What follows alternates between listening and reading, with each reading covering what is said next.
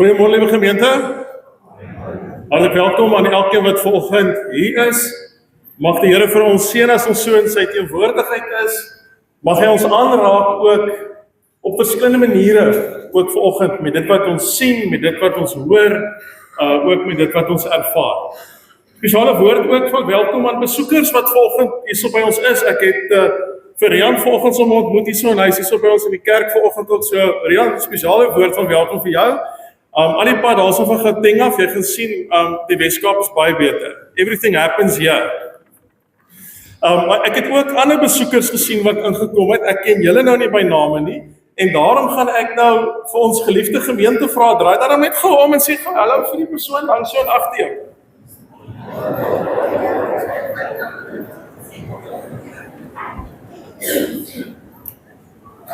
Vriende, julle het die aankondigings by die deure ontvang. Ek vra regtig waar, gaan dit lekker deur. Dit is op die kerk se Facebook bladsy ook.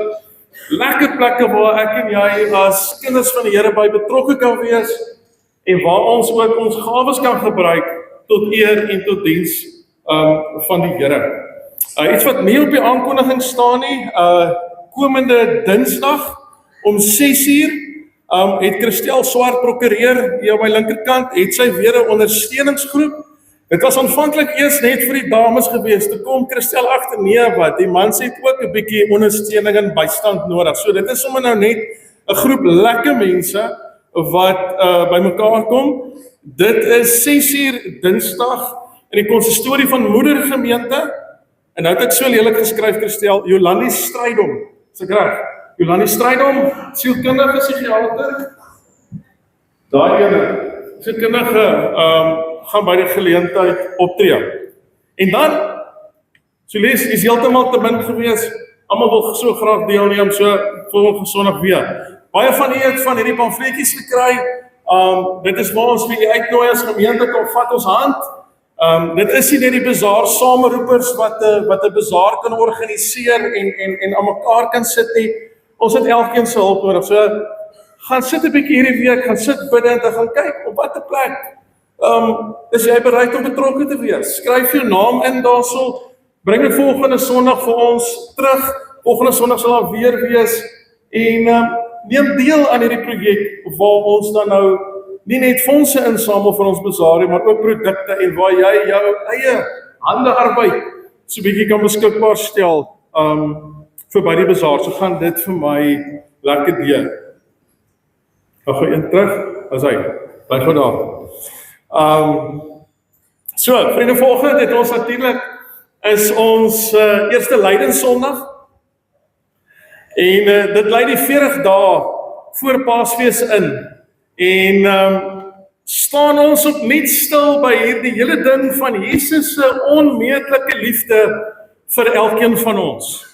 In hierdie tyd dink ons na oor die prys wat hy betaal het om vir jou en vir my van ons sonde te bevry en om vir ons skoon te was van alles wat fout is in ons lewe. Jy sodat ek en jy as nuut gewaste, as skoon gewaste mense dan ook in sy lig kan lewe. Iemand het dit so mooi verduidelik, hy sê, God se liefde is soos 'n skoon waslap, wat al die vuil kolle van ons harte wegvee, sodat ons weer nuut en skoon voor hom kan staan. En dit is wat Jesus Christus doen, en Jesus Christus doen dit aan die kruis. En juist daarom wil ons hier in lydenstyd 'n bietjie minder aan onsself dink, en wat ons deurgaan. En ons wil tyd maak om te bid, en ons wil tyd maak om in God se woord so bietjie te leer van sy onverdiende goedheid aan elkeen van ons. Daarom as julle in die kerk kom en julle sien, gaan julle sien die doek aan die kruis is pers. Dit is die koningskleur. Maar dit is ook die kleur wat vir ons herinner aan Jesus se swaar kry. En die prys wat hy moes betaal, die lyding wat hy moes deurgaan. Ook die kanselkleed lyk anders. Die kanselkleed het die simbole van 'n kruis en van 'n doringkroon. Simbole wat iets vir jou en vir my sê van die pyn en die seer en die ongemak wat Jesus moes deurgaan vir my en jou. En op hierdie sigbare maniere probeer ons as gemeente ook saam met Jesus hierdie lydensweg dan nou ook stap. So die doel van die lydensweg is juis om weer te ontdek hoe kosbaar is ek en jy. En die feit dat Jesus bereid was om die lydensweg end uit te loop vir jou en vir my. Maar meer nog, dat hy bereid was om die heel hoogste prys vir ons vryheid te betaal. En met dit as gedagte, dankie Christo, met dit as gedagte wil ons in die gemeente vir hierdie lydenstyd so 'n nuwe gemeenteprojek bekendstel, en dit is die lydenstyd weggee. Dikwels gaan lydenstyd gepaard met iets wat ek opgee. Ek drink byvoorbeeld nie koffie nie, ek eet byvoorbeeld nie sjokolade nie, ek doen iets anderster, ek gee iets op, om myself net weer bewus te maak van dit wat Jesus moes deurmaak. Nie dat dit wat ek opgee ooit gelyk kan wees aan die prys wat hy betaal het, maar ek probeer iets opgee. Hierdie jaar sê ons vir mekaar, nee, ons gaan nie iets opgee nie, ons gaan iets weggee. So die hele idee is, om vir jou 'n lekker winkelsgoed sakkie te kry, en baie van julle se kaste lê daar duisende. My skrywer sê, sy sou nog nie op baie ouderdom wat sy recycle nie, maar ons sal van nog daar kry. Maar elke keer kom jy mos by die winkel en sê, gee maar 'n sakkie by. So ek sê vir jou, vat een van die ou sakkies nou. Daar's baie. En dan gaan ons elke week vir jou 'n item sê. So hierdie week wat voor lê, gaan ons vir jou vra, sit 'n waslap en 'n koekie seep in. As jy nog van daai mense is wat hekel, ek weet my ma was mal oor gewees, dan hekel jy daai randjie om. Om dit nog meer persoonlik te maak. Maar as jy nie so is nie, don't worry. Dan koop 'n waslap, sit 'n koekie seep in, sit hom in jou sak, sit hom by jou Bybel. Want ek wil hê jy moet hierdie sak die hele tyd, die hele week sien. Want elke week gaan jy ietsie anders bysit. Die week daarna gaan jy tandepasta en 'n tandeborsel insit. Die week daarna gaan jy Roll-On insit. Die week, okay. Hoe anders? Ek wil sê, handeroom en lyfroom vir die week daarna, bietjie vaseline en saam boksalf. En dan die laaste week gaan jy 'n bederfie bysit. So vir die volgende paar weke wat voor lê, gaan jy hierdie sak sien, gaan jy ietsie elke week bysit, en dan gaan jy Sondag die 5de April, wat opstanding Sondag is, gaan jy hierdie sak saambring, jy gaan dit saambring kerk toe, en die doel op die einde van die dag van hierdie sakke, is om dit vir Toevlug Rehabilitasiesentrum te gee hier op Woester. Baie van die pasiënte wat die 5 na 6 weke program van Toevlug deurloop, kom letterlik met die klere aan hulle lyf daaraan. En op hierdie manier van 'n bydrae wat ons kan lewer, kan ons 'n verskil maak in mense se lewens, 'n sigbare, tasbare verskil. So ons gaan elke week vir so ietsie op Facebook of in die aankondiging sê van wat jy kan wegsit. Nou met al daai as agtergrond gaan ek vra, kom ons staan en kom ons sing ons aanvangslied, Vlam 87 vers 1 en 2, en dan bly ons staan vir die foto en seën.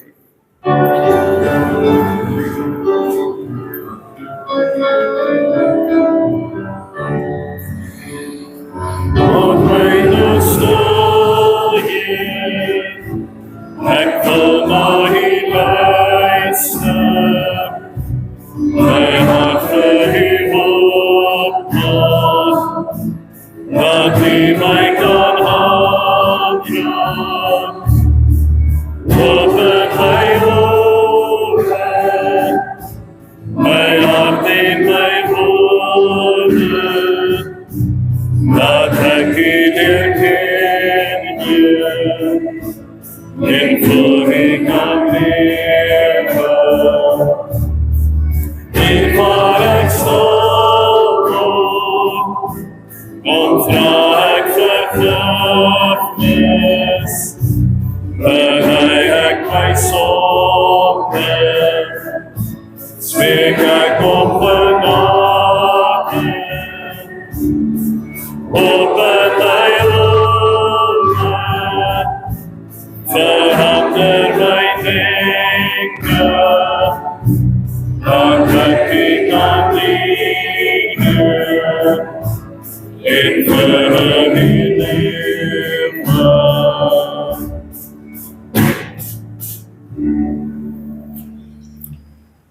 foto in Psalm 32 van vers 8. God sê, ek wil jou onderrig en jou die pad leer wat jy moet volg. Ek wil jou raad gee en ek wil my oog oor jou hou. Goddelose het baie smarte, maar wie op die Here vertrou, die omvou hy met sy liefde. Verbly julle daarom in die Here, julle regverdiges, jubel alle opregtes. En dis met die woorde wat ek elkeen groet, genade, barmhartigheid en vrede kom van God ons Vader, van Jesus Christus ons verlosser en ons Here, ook deur die kragtige werking van sy Gees wat in ons woon en werk. Amen. En kom ons antwoord as ons saam sing net 450, Vader, Seun, Heilige Gees, sing vers 1 en 2, en as ons vers 2 sing, dan herhaal ons die koortjie as ons daarby kom.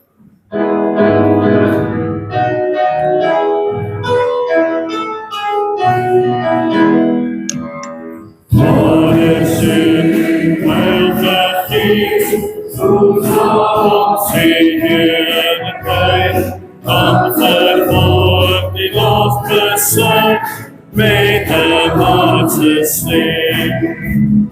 Heer die Vader, Heer die Seun, Heer die Gees as God en Heer, Heer ons God as majesteit, tot en heerlijkheid.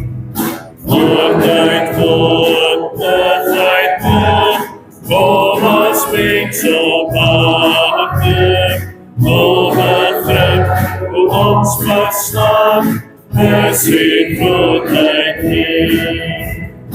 Heer die Vader, Heer die Seun, Heer die Gees as God en Heer, Heer ons God as majesteit, lof om tot en heerlijkheid. Heer die Vader, Heer die Seun, Heer die Gees as God en Heer, Heer ons God as majesteit, lof om tot en heerlijkheid.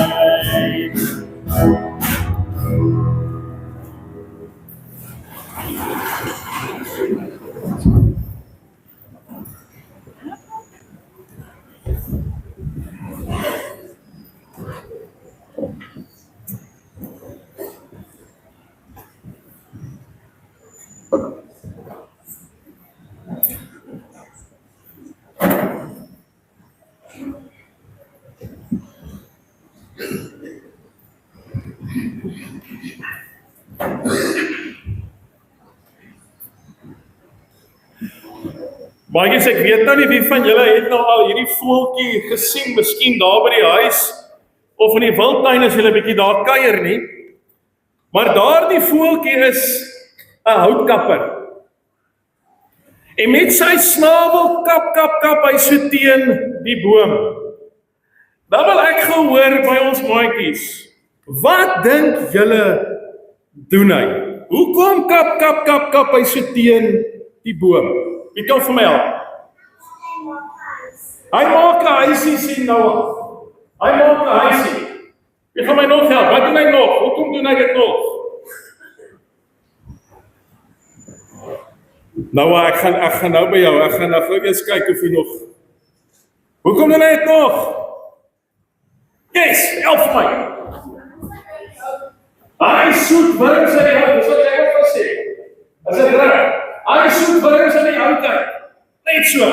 So hy wil vir my huisie bou en hy wil vir hom lekker goggas kry om te eet. Nou die interessante van 'n houtkapper is, hy kap nie net die hele tyd op een plek nie. As die hout te hard is, dan vlieg hy na 'n ander kant toe en hy probeer weer, kap. Hy soek daardie sagte plekke. Hy soek daardie sagte plekkies waar hy baie maklik kan inkom om vir hom 'n huisie te bou, om vir hom kosies te kry. Vandag gaan ons leer dat die duiwel ook so maak. Hy's amper soos daardie houtkapper wat die sagte plekkies in ons lewens soek om juis daar te kap, om te kyk of hy in ons lewens 'n gaatjie kan maak. Miskien is daai sagte plekkie wanneer ek en jy kwaad is. Miskien is hy sagte plekkie wanneer ek sien my maatjies het nuwe speelgoed en ek wil dit baie graag hê.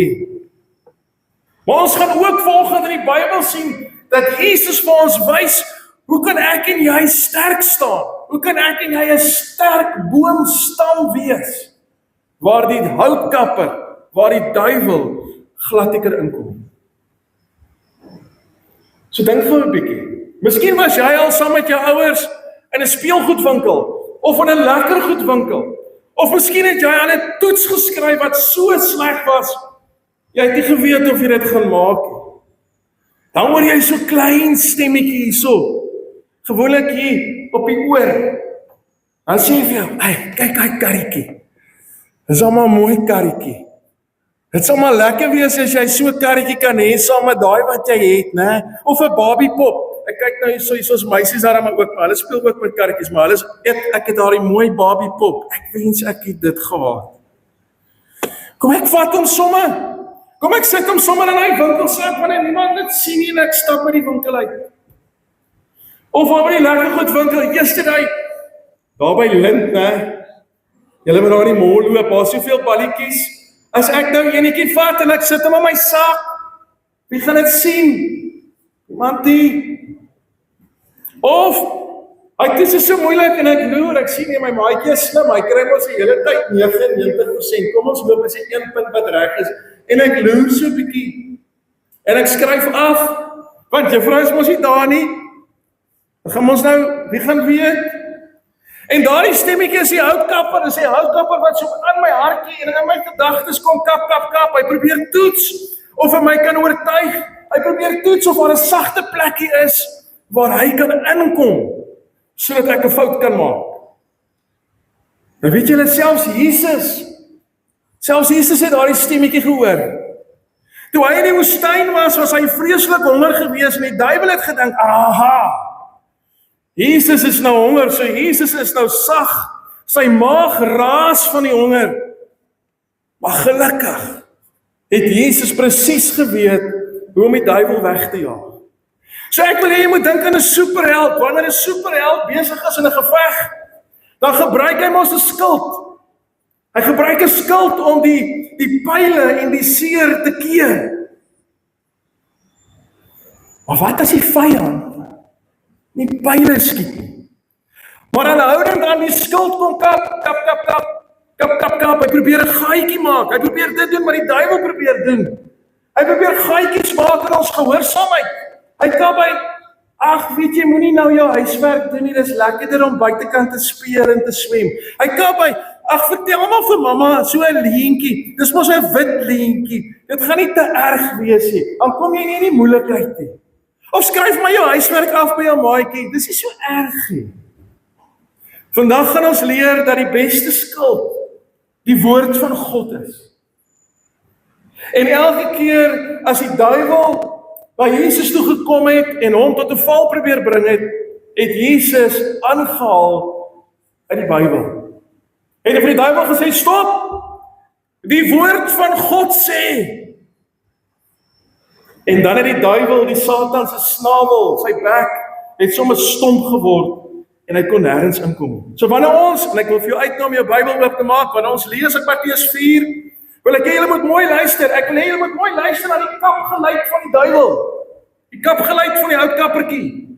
Maar ek wil hê julle moet ook mooi kyk hoe Jesus sy skild gebruik het en vir die duiwel gesê het om op te hou. So kom ons lees Matteus 4, ons lees vers 1 tot 11.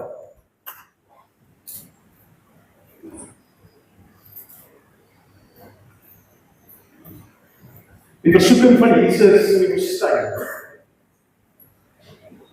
Toe is Jesus deur die Gees die woestyn ingelei om deur die duiwel versoek te word. 40 dae en 40 nagte het hy niks geëet nie. En naderhand het hy honger geword. Die versoeker het toe gekom en vir hom gesê, as u die seun van God is, sê vir hierdie klip om brood te word. Maar hy antwoord, daar staan geskrywe, 'n mens leef nie net van brood nie, maar van elke woord wat uit die mond van God kom. Daarna neem die duiwel hom na die heilige stad toe en laat hom op die hoogste punt van die tempel staan en sê vir hom, as jy die seun van God is, spring af. Daar staan mos geskrywe, hy sal sy engele oor jou opdrag gee en op hulle hande sal hulle jou dra, sodat jy nie jou voet in die klip sal stamp nie. Jesus sê vir hom, daar staan ook geskrywe, jy mag die Here jou God nie geproef stel.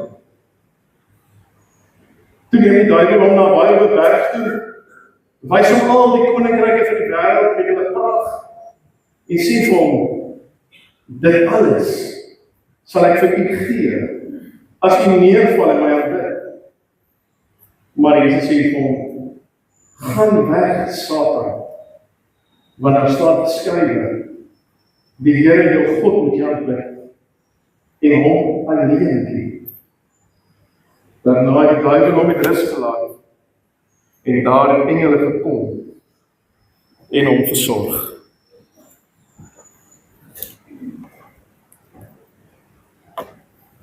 Maatjie sê, ek hoop julle het nou mooi opgelet, presies wat het Jesus gedoen, toe die duiwel hom probeer verlei het.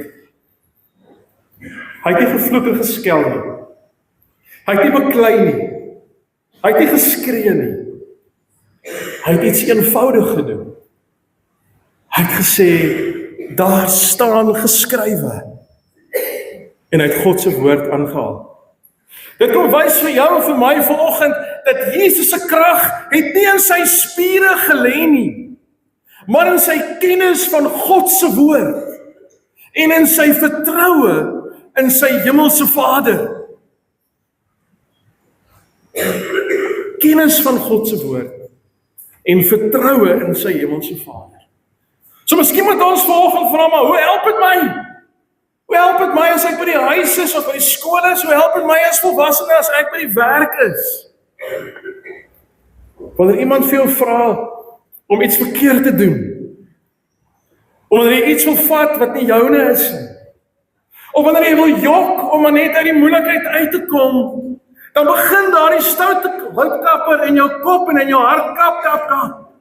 Maar dan kan jy ook, jy kan as kind van die lewende God, kan jy sê, stop, want ek weet wat dit is wat God wil hê. God leer my om eerlik te wees, God leer vir my om liefdevol te wees, God leer vir my om gehoorsaam te wees, en daarom weet ek, dat dit wat jy nou van my vra, dit weet ek, dat wat hier kan gebeur, gaan verkeerd wees. Dit gaan wees in God se woord. Want wanneer jy God se hart ken, weet jy presies wat is reg, en weet jy wat is verkeerd, en weet jy wat is om te doen. Maar die geheim is, jy moet weet wat God se woord sê. Jy moet God se woord ken. En hoe gaan jy dit ken as jy dit nie hoor of lees nie? Dis amper soos 'n rugby speler wat 'n wedstryd wil wen, maar hy wil nie oefen nie. Dis amper soos iemand wat 'n toets wil skryf en vol punte wil hê, maar hy wil nie leer nie. So hoe leer ek God se woord ken? Ek leer God se woord ken wanneer ek Bybelstories hoor wat mamma en pappa vir my lees. Of wanneer ek self die Bybel lees. Wanneer ek by die katekese is en die oom of die tannie leer vir my wat uit die Bybel uit staan. Ek leer God se hart ken wanneer ek saam kerk toe kom en kom hoor wat sy hart is vir my. Ek leer God se hart ken wanneer ek by die huis is en mamma en pappa en boetie en sussie gesels oor God en gesels oor Jesus en gesels oor die Heilige Gees. Ek leer God ken wanneer ek tot hom bid en hy sy Gees vir my die waarheid van wie hy is ook kom bekend maak. Elke keer wanneer jy dit doen, word jou hart sterker, sodat die pyle van die verkeerde dinge jou nie kan seermaak nie. So volgende keer wanneer die stoute houtkapper begin kap, daar by skool en daar by die huis, of daar by jy saam met die maats is, mag jy weet, jy's nooit alleen nie. God se Gees woon in jou. God se Gees wil vir jou help. Hy wil vir jou help om reg te kies. Sy woord, die Bybel, is jou skild. Sy beloftes wil vir jou krag gee. En daarom in hierdie week wat voor lê, wanneer jy moet kies tussen wat is reg en wat is verkeerd, wil ek vir jou uitnooi om net so vir 'n oomblik net terug te staan en jou oë toe te maak en te sê, Here, help my om reg te kies. As jy nie jou oë kan toemaak, is dit ook oké. Maar die belangrikste is, Here, help my om reg te kies. Help my om te doen wat die woord vir my vra. Mag ons dit in hierdie week inoefen tot eer van die Here se naam. Amen. Ek gaan vra dat die orkes se voorsangers na vore kom. As hulle reg is en opgestel is, gaan ons die hakens vir ons voor en gaan hulle vir ons die dankoffers opneem, waarmee ons ook die Here loof en prys.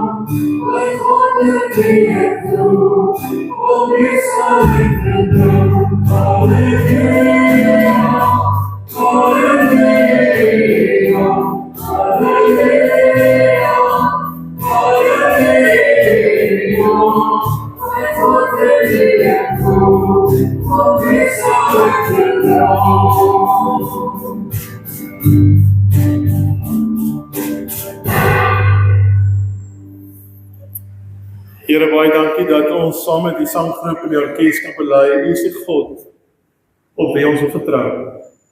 Dankie Here dat ons mag weet dat U die een is wat vir ons vashou in die holte van die hand.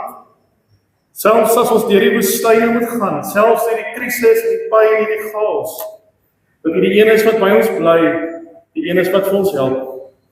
Here, daarom in hierdie week wat voorlê, wil U juis vir ons help deur die Gees, dat ons die regte keuse sal maak wanneer ons in die versoeking kom.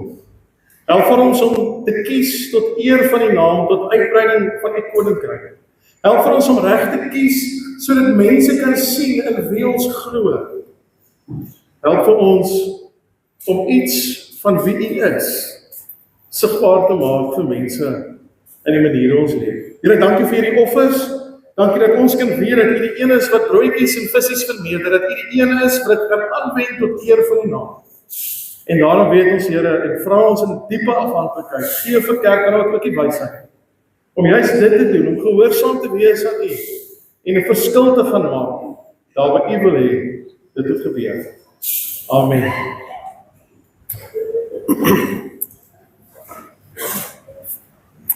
Ons gaan nou 'n lied sing, 'n lied 553, ek is bly ek ken vir Jesus, ons gaan dit 2 keer sing, ek gaan ook vra dat ons dit staande sing, en dan gee ons geleentheid vir die junior kategete en die junior katesante om uit te beweeg na buitekant. Hulle gaan so 'n bietjie verder gesels oor Matteus 4 vers 1 tot 11.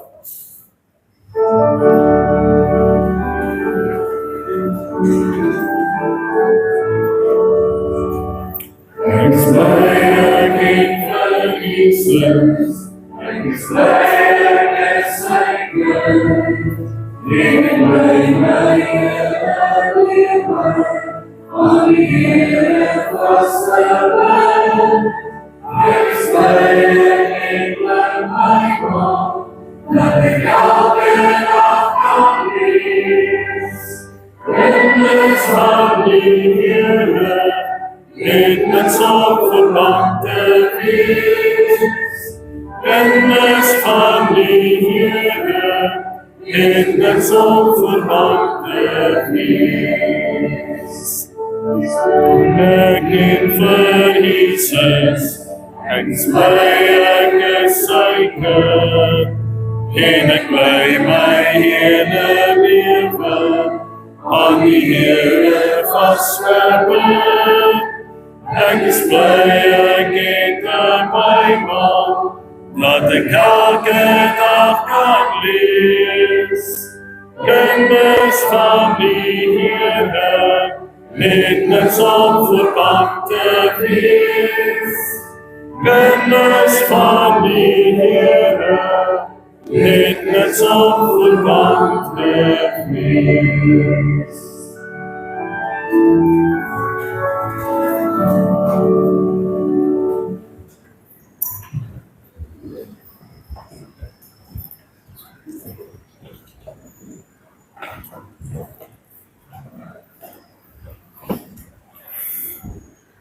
Vriende, die kontras. Kyk, as ons so begin, as hy vir my hier kyk. Die groot verskil, ja, die kontras. Die groot verskil tussen hoofstuk 3 en 4. Ek raak beskoon bekommer vir die res van die diens. Die groot verskil tussen hoofstuk 3 en 4 kan sekerlik nie groter wees nie, want in hoofstuk 3 wat ons vanoggend nou nie saam gelees het nie, ontmoet ons vir Jesus wat by die Jordaanrivier staan. Hy word gedoop in die Jordaanrivier en terwyl hy daar in die Jordaanrivier staan, kom die Heilige Gees op hom neergedaal in die vorm van 'n duif. En lees ons verder in hoofstuk 3 dat God vanuit die hemel uit praat en sê, hier is Jesus. Hy is my geliefde seun. Dit wat in hoofstuk 3 gebeur, absolute heilige, absolute godsoomblikke. Maar voordat Jesus hierdie oomblik ten volle kon geniet, stuur dieselfde Gees hom in hoofstuk 4 in die woestyn in. Van die vertalings gaan so ver en sê, stuur hom in die wildernis in. Die Griekse woord wat hier gebruik word, en ek gaan hom nie gebruik nie, Nadia. Die Griekse woord wat hier gebruik word, beklemtoon vir ons dat hierdie geen toevallige ompad was nie. Maar dat dit 'n doelbewuste, 'n goddelike afspraak was wat Jesus gehad het in die woestyn. In die woestyn word hy deur die duiwel versoek en gaan die duiwel uit sy pad uit om Jesus te probeer verneder en om vir Jesus tot 'n val te probeer bring. Die verskil is dis geweldig groot, dit is wêrelde uitmekaar uit, van die doopwater en die vreugde van die Jordaan, na die uitmergelende hitte en die versoeking in die woestyn.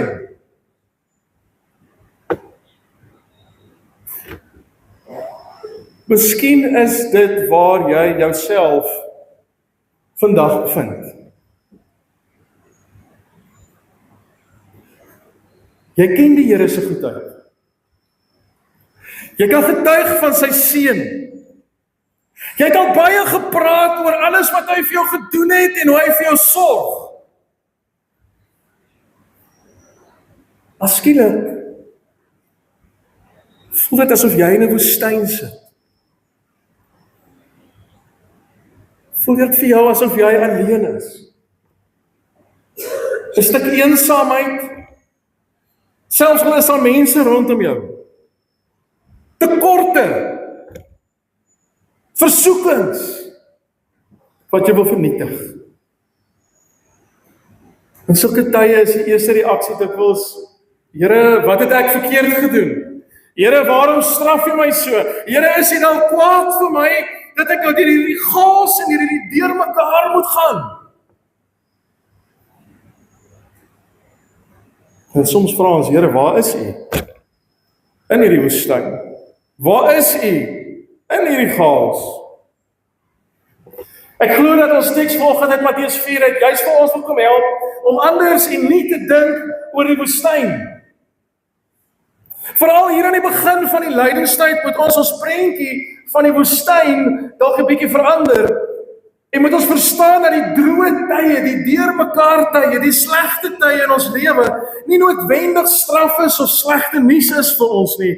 Inteendeel was die woestyn vir Jesus nie 'n onderbreking in sy bediening nie, maar was dit juis vir Jesus 'n stuk oefenveld gewees.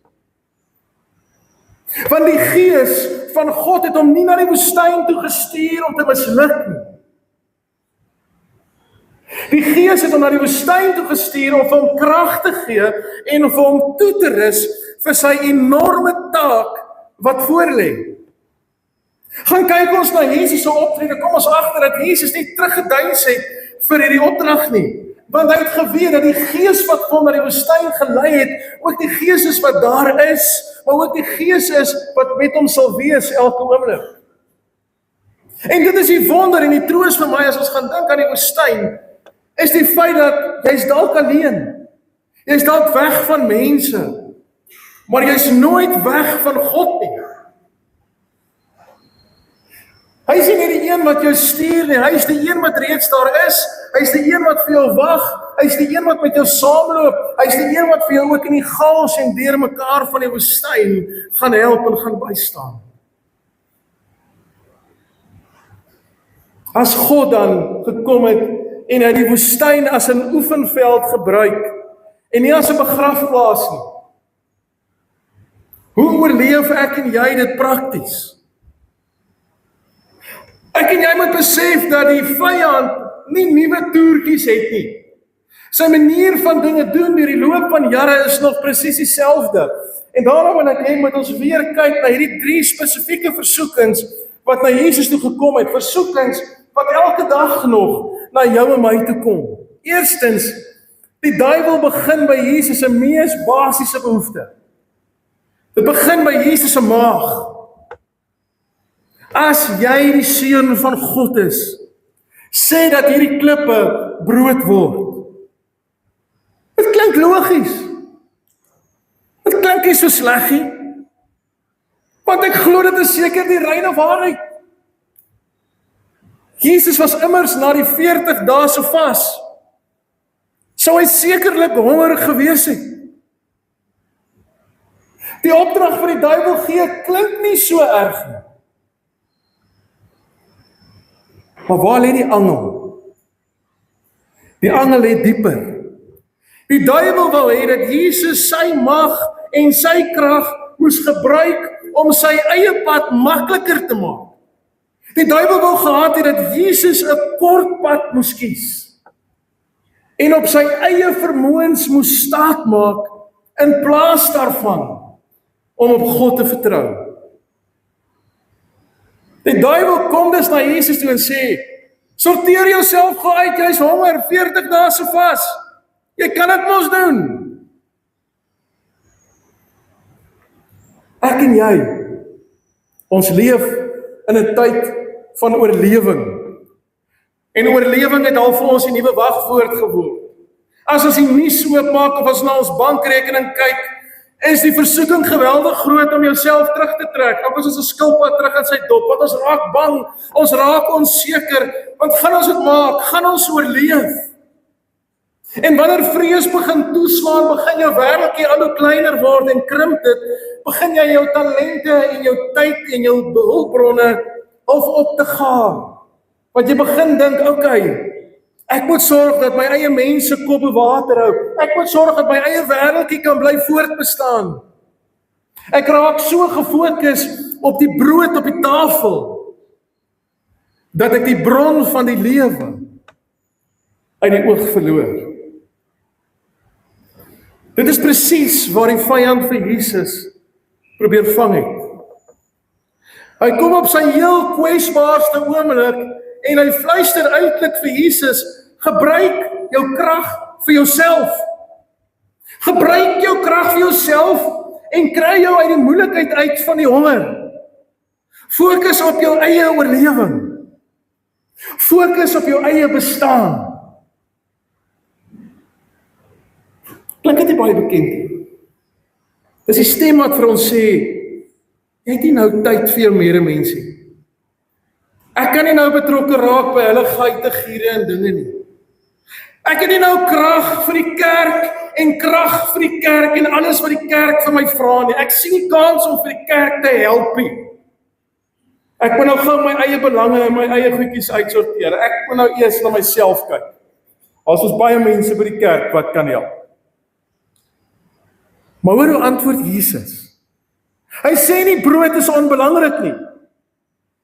Hy sê nie ek stel nie belang in die brood nie. Hy sê dat jy kan nie van brood alleen leef nie.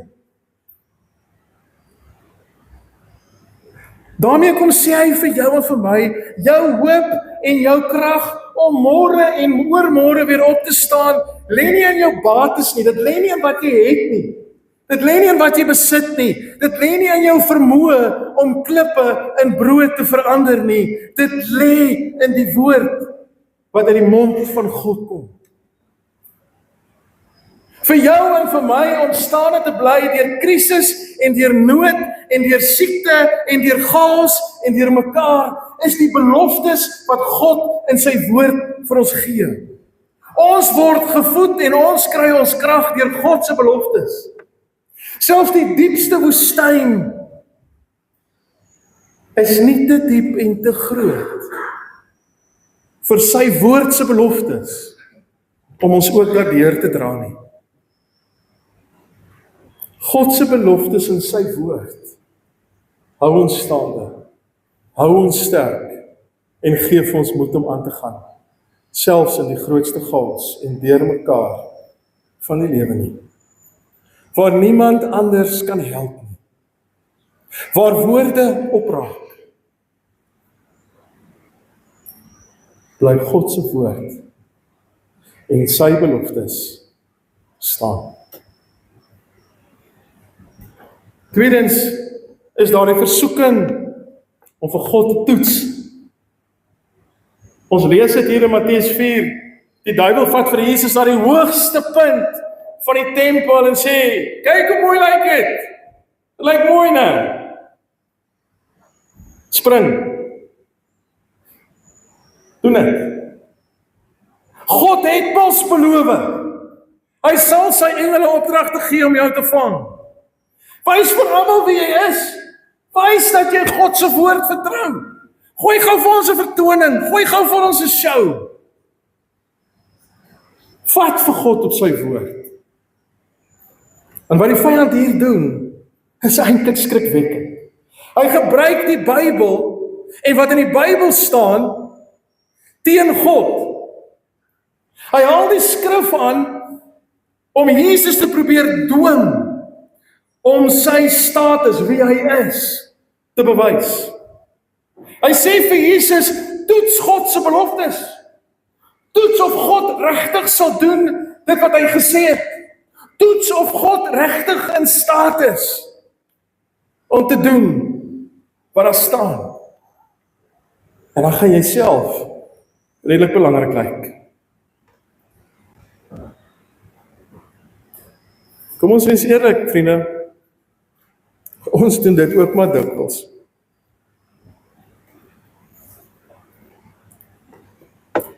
Ons doen dit in ons gebedskamers. Baie gereeld. Ons kom na die Here toe. Nie met suiwer lof en aanbidding nie. Ons kom dikwels ook na hom toe met 'n lys voorwaardes. Here, hy sê ons in die woord, hy sal voorsien. Here, ek het nou hierdie nice kontrak gekry. Here, hierdie kontrak gaan maak dat ek finansiëel onafhanklik is. Here, as hierdie kontrak nou gaan deurkom, dan weet ek het my gebed gehoor. En weet ek hy is aan my kant. Here, as jy my regtig lief het. Here, as ek nou regtig die kroon van die skepping is, soos wat hier vir my in die Bybel kom sê, dan wil ek net gaan vir jy sê, dinge moet as volg uitgesorteer word. A, B, C, D. Here, maar dit gaan so die maklikste werk vir my. Here, ek het al hierdie goedjies uitgesort. Doen dit net so, en dinge gaan vir my reg wees. Here, ek het klaar alles uitgesort, jy hoef nie te dink nie. Ek weet jy is besig. Dis 'n klomp mense met 'n klomp gebede. Doen dit, en ek gaan alright wees. So ek probeer as te ware vir God in 'n hoek dryf met my eie woorde. Ek probeer sy woorde vir hom teruggooi.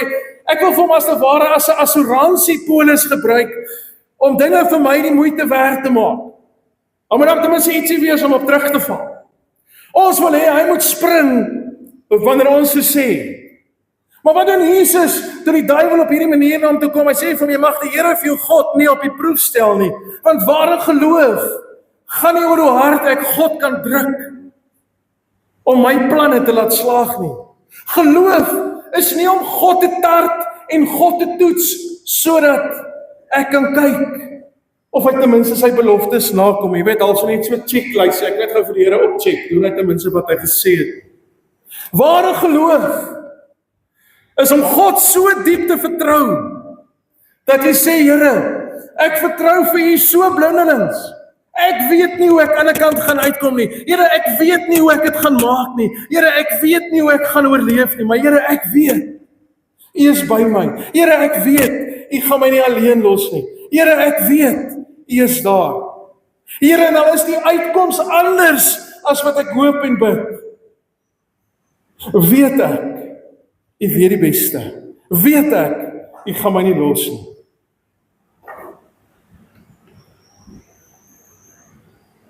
Dit is wat ware geloof is. Om die Here blindelings te vertrou. En te weet, Here, ek weet nie wat ek kan doen nie. Maar ek weet U weet. Here, ek het nie die antwoorde nie. Here, hierdie lyk vir my onmoontlik. Maar ek weet U is by my. Die derde versoeking is sekerlik die grootste. Die duiwel wys vir Jesus al die mag en hy wys vir hom al die pragt in die wêreld en hy sê, sien jy, kan alles joune wees. Alles kan joune wees deur een eenvoudige klein dingetjie te doen. Buig net voor my. Buig net voor my. Geen lyding, geen kruis, geen chaos, geen deurmekaar nie. Kits, sukses, vinnige sukses. Buig net vir my. Een klein dingetjie.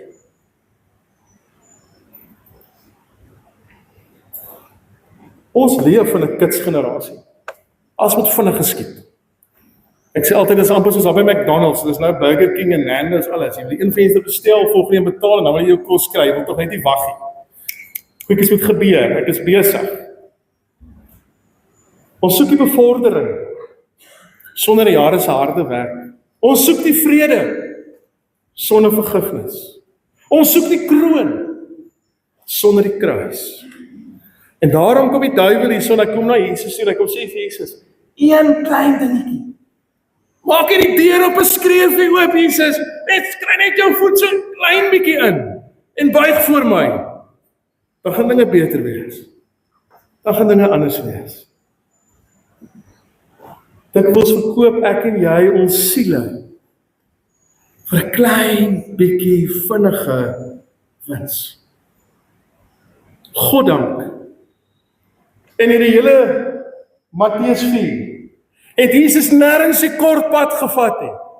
Hy het geweet wat vir hom voorlê, hy het geweet van die swaar, hy het geweet van die kruis, hy het geweet van die pyn, hy het geweet van die ellende, hy het alles deurgegaan, want hy het geweet, sou hy hier, in Matteus 4, aan die begin van sy bediening, die kort pad kies. En dat hy mense verloor, was daar geen ware verlossing nie. Ek sluit af.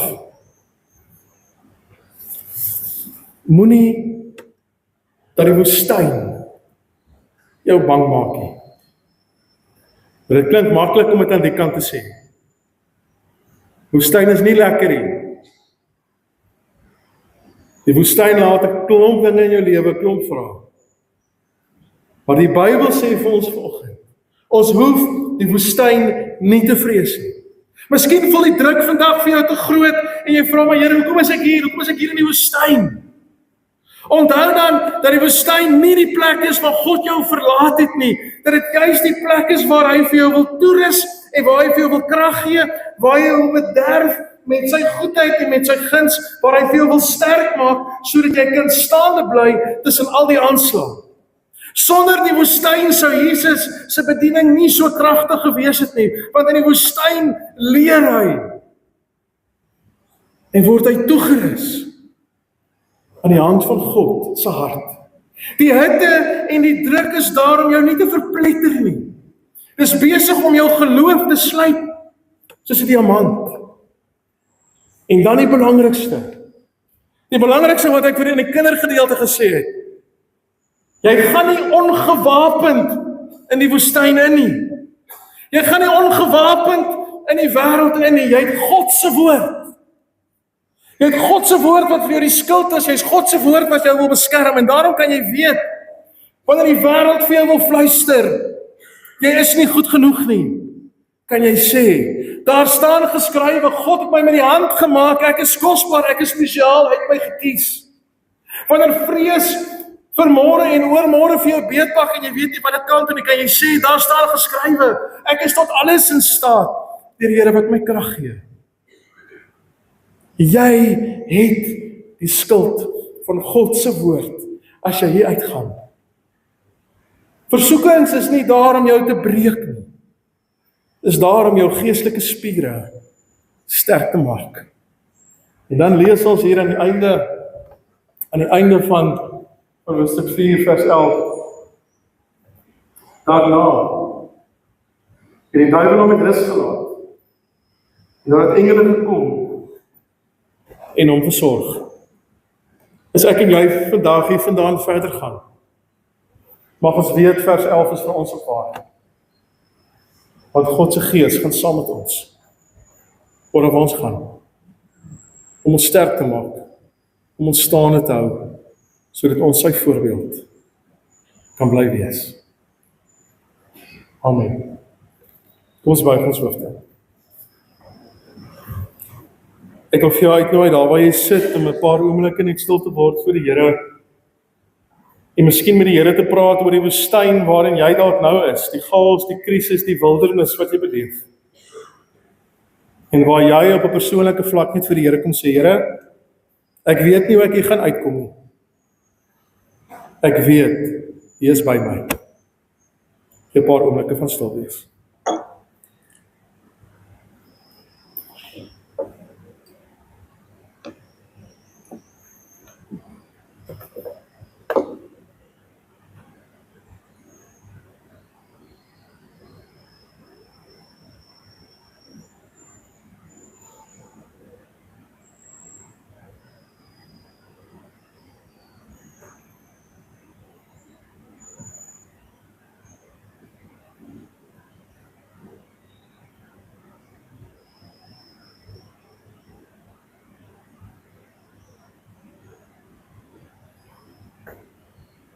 Amen.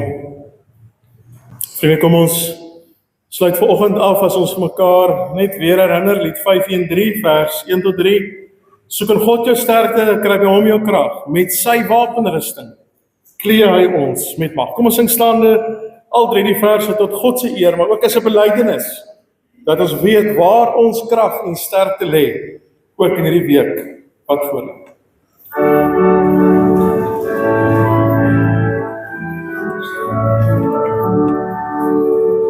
Soek in God jou sterkte, kry by hom jou krag.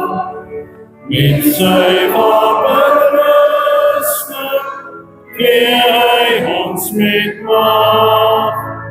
Nie teen medemense is ons vaste stryd, maar ons veg teen Satan en sy slewelustigheid. Hy stuur bose magte in die wêreld in, maar met God se wapens kan ons oorwin. Waarheid en Gods vryspraak hou ons op ons pos. Dan bly die boodskap dat die Heer verlos. Ons geloofsvertroue is 'n skuld wat keer. Daarmee kan ons elke brandpyl van die bose weer. Ons bly van verlossing altyd weer bewus. En met God se swaardheid word dit toegerus. En met alles bekend, soos die Gees ons lei, maak ons altyd opstaan en gemoedig bly.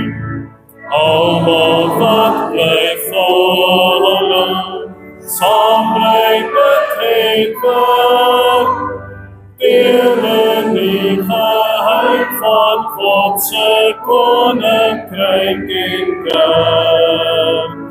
Hy maak ons vrymoedig, swakkes gee hy krag. Met sy wapenrusting klee hy ons met mag. Ontvang die seën van die Here van huis toe in sy vrede en weet dat hy by jou is om vir jou te help en by te staan. Die Here sal julle seën en die Here sal julle beskerm. Die Here sal tot julle redding verskyn en julle genadig wees. Die Here sal julle gebede verhoor en aan elkeen van julle sy vrede kom gee.